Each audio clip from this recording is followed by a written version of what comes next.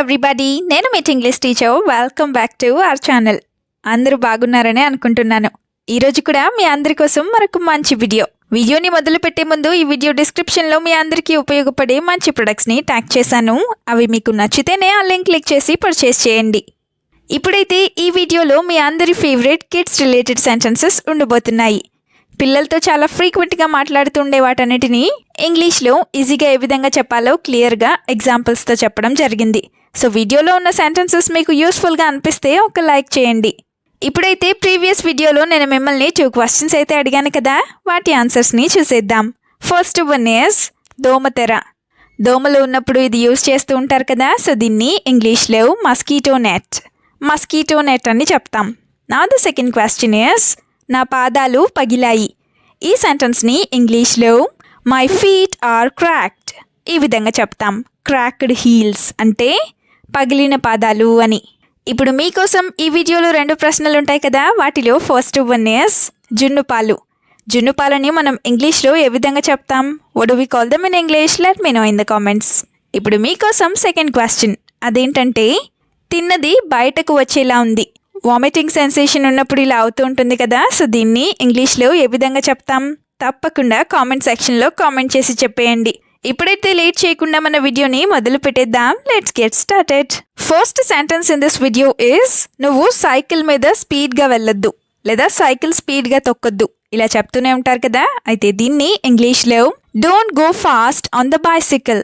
Don't go fast on the bicycle ఈ విధంగా చెప్తాం. అదే don't pedal the bicycle fast while going అంటే నువ్వు సైకిల్ మీద వెళ్ళేటప్పుడు ఫాస్ట్గా లేదా స్పీడ్గా తొక్కొద్దు లేదా సైకిల్ స్పీడ్గా తొక్కొద్దు అని. అదే నువ్వు రోడ్డు మీద సైకిల్ అంత స్పీడ్గా ఎందుకు తొక్కుతున్నావు ఇలా అడగాలనుకుంటే why are you pedalling the bicycle so fast on the road? Why are you pedalling the bicycle so fast on the road ఈ విధంగా అడుగుతాం. పెడలింగ్ ద బైసైకిల్ అంటే సైకిల్ తొక్కడం అని. అదే రోడ్డు మీద అంత స్పీడ్గా లేదా అంత ఫాస్ట్గా వెళ్ళటం అస్సలు మంచిది కాదు ఇలా చెప్పాలనుకుంటే going so fast on the road is not good at all. Going so fast on the road or on the main road is not good at all ఈ విధంగా చెప్తాం. నాట్ గుడ్ అట్ ఆల్ అంటే అస్సలు మంచిది కాదు అని. Second sentence is కారంగా ఉంది నువ్వు తినలేవు. ఫుడ్ కారంగా ఉన్నప్పుడు పిల్లలకి ఇలా చెప్తూ ఉంటారు కదా, సో దీన్ని ఇంగ్లీష్లో it is spicy, you cannot eat it. Or the curry is very spicy, you cannot eat it. ఈ విధంగా చెప్తాం. It is spicy అంటే అది కారంగా ఉంది అని. అదే that curry very spicy, so I cooked another curry for you. That curry very spicy, so I cooked another curry for you. అంటే ఆ కూర చాలా కారంగా ఉంది, అందుకే నేను నీకోసం ఇంకో కూర వండాను అని. ఇంకొక ఎగ్జాంపుల్ని చూద్దాం. అదేంటంటే if it feels spicy to you, add some ghee. If it feels spicy to you, add some ghee. అంటే నీకు కారంగా అనిపించినట్లయితే నువ్వు కాస్త నెయ్యి వేసుకో అని. సెంటెన్స్ నెంబర్ 3 is కూర బాగున్నా ఎందుకు తినలేదు. కూర బాగా వండినా కూడా ఎవరైనా తినకపోతే ఇలా అడుగుతూ ఉంటారు కదా, సో దీన్ని ఇంగ్లీష్లో curry is good, still why didn't you eat? Or curry is good, still why didn't you eat ఈ విధంగా అడుగుతాం. Still why didn't you eat అంటే అయినా కూడా నువ్వు ఎందుకు తినలేదు అని. అదే నీకు నచ్చే కూరలు నేను వండలేకపోతున్నాను ఇలా చెప్పాలనుకుంటే I am unable to cook curries you like. Or I am unable to cook the curries that you like ఈ విధంగా చెప్తాం. I am unable to cook అంటే నేను వండలేకపోతున్నాను అని. అదే ఇప్పటి నుంచి నీకు నచ్చిన ఫుడ్ నువ్వే వండుకో లేదా నీకు నచ్చిన వంట నువ్వే వండుకో ఇలా చెప్పాలనుకుంటే so from now cook and eat food you like yourself. So from now or from now on cook and eat food you like yourself అంటే నీకు నచ్చిన ఫుడ్ వండుకొని నువ్వే తిను అని. సెంటెన్స్ నెంబర్ 4 is నాటకాలు ఎక్కువగా చేస్తున్నావు. పిల్లలు ప్రతిదానికి ఏదైనా వేషం వేస్తూ ఉన్నప్పుడు ఇలా అంటూ ఉంటారు కదా, సో దీన్ని ఇంగ్లీష్లో you are doing too much drama. You are doing too much drama ఈ విధంగా చెప్తాం. అదే ఏ విషయమైనా సరే నువ్వు చాలా ఎక్కువగా వాదిస్తున్నావు లేదా చాలా ఎక్కువగా గొడవ చేస్తున్నావు ఇలా చెప్పాలనుకుంటే whatever the matter you are arguing too much. Or whatever the matter is you are fighting too much ఈ విధంగా చెప్తాం. You are arguing too much అంటే నువ్వు చాలా ఎక్కువగా వాదిస్తున్నావు అని. అదే నువ్వు ఈ నాటకాలు వేయటం ఎంత త్వరగా మానేస్తే నీకు అంత మంచిది. ఇలా చెప్పాలనుకుంటే better for you if you stop doing such dramas as early as possible. Better for you if you stop doing such dramas as early as possible. ఈ విధంగా చెప్తాం. యాజ్ ఎర్లీ యాజ్ పాసిబుల్ అంటే ఎంత త్వరగా వీలైతే అంత త్వరగా అని. సెంటెన్స్ నెంబర్ 5 ఇస్ నిజంగానే కడుపు నొప్పి వస్తుందా? ఇది కూడా చాలా ఫ్రీక్వెంట్ గానే అంటూ ఉంటారు కదా. సో దీన్ని ఇంగ్లీష్లో are you really getting stomach pain or are you really getting stomach ache? ఈ విధంగా అడుగుతాం. Are you really getting it అంటే నీకు నిజంగా వస్తోందా అని. ఇప్పుడైతే 2 ఎగ్జాంపుల్స్ని చూసేద్దాం. First one is I know you are saying this to skip school, tell me the truth. Or I know you are saying this to skip the school, so tell me the truth.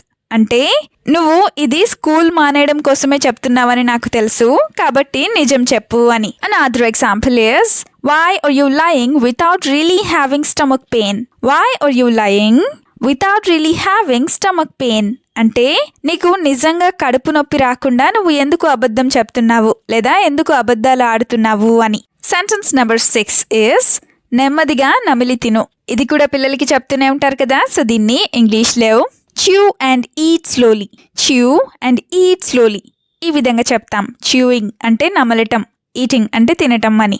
Now the first example is still a lot of time is there, so get used to chewing and eating.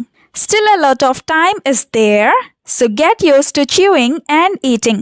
అంటే ఇంకా చాలా time ఉంది కాబట్టి నువ్వు బాగా నమిలి తినటం అలవాటు చేసుకో అని. Another example is if you eat without chewing like that, it won't be useful. If you eat without chewing like that, it won't be useful. అంటే నువ్వు అలా నమిలి తినకపోయినట్లయితే దానివల్ల ఉపయోగం ఉండదు అని. నెక్స్ట్ సెంటెన్స్ ఏంటంటే హోంవర్క్ చేయకుండా ఎక్కడికి వెళ్తావు? హోంవర్క్ చేయకుండా బయటికి వెళ్తూ ఉన్నప్పుడు ఇలా అంటూ ఉంటారు కదా. అయితే దీన్ని ఇంగ్లీష్లో where will you go without doing homework? Where will you go without doing homework? ఈ విధంగా అడుగుతాం. వితౌట్ డూయింగ్ హోంవర్క్ అంటే హోంవర్క్ చేయకుండా అని. అదే నువ్వు హోంవర్క్ చేయకుండా బయటకు వెళ్ళి ఆడుకుంటాను అని చెప్తే నేను అస్సలు ఒప్పుకోను. ఇలా చెప్పాలనుకుంటే if you say you will go out and play without doing homework, I won't agree. Or if you say you will go out and play without doing homework, I will not agree at all. ఈ విధంగా చెప్తాం. I won't agree at all అంటే నేను అస్సలు ఒప్పుకోను అని. Another example is after doing homework, go and play for an hour. After doing homework, you go and play for an hour. అంటే నువ్వు హోంవర్క్ చేసిన తర్వాత వెళ్ళి గంట సేపు ఆడుకో అని. ఇప్పుడైతే లాస్ట్ సెంటెన్స్ని కూడా చూసేద్దాం. ఎంత చెప్పినా నీకు నచ్చిందే చేస్తావా? ఇది కూడా పిల్లలతో అంటూనే ఉంటారు కదా. అయితే దీన్ని ఇంగ్లీష్లో no matter what I say, will you still do only what you like? No matter what I say, will you still do only what you like? ఈ విధంగా అడుగుతాం. అదే నేను చెప్పేది నువ్వు వింటున్నావా లేదా కనీసం నేను చెప్పేది వింటున్నావా? ఇలా అడగాలనుకుంటే are you even listening to what I am saying? Are you even listening to what I am saying? ఈ విధంగా అడుగుతాం. అదే నువ్వు ఈ మధ్య చాలా లెక్కలేనితనంగా ఉంటున్నావు లేదా చాలా కేర్లెస్నెస్గా ఉంటున్నావు. ఇలా చెప్పాలనుకుంటే you have been very careless lately. You have been very careless lately. ఈ విధంగా చెప్తాం. లేట్లీ ఆర్ రీసెంట్లీ అంటే ఈ మధ్య లేదా ఈ మధ్య కాలంలో అని. వీడియోని ఎండ్ వరకు చూసినందుకు థ్యాంక్ యూ సో మచ్. వీడియోలో ఉన్న సెంటెన్సెస్ అన్నీ తరచూ ప్రాక్టీస్ చేస్తూ ఉన్నట్లయితే you will become a better and fluent English speaker.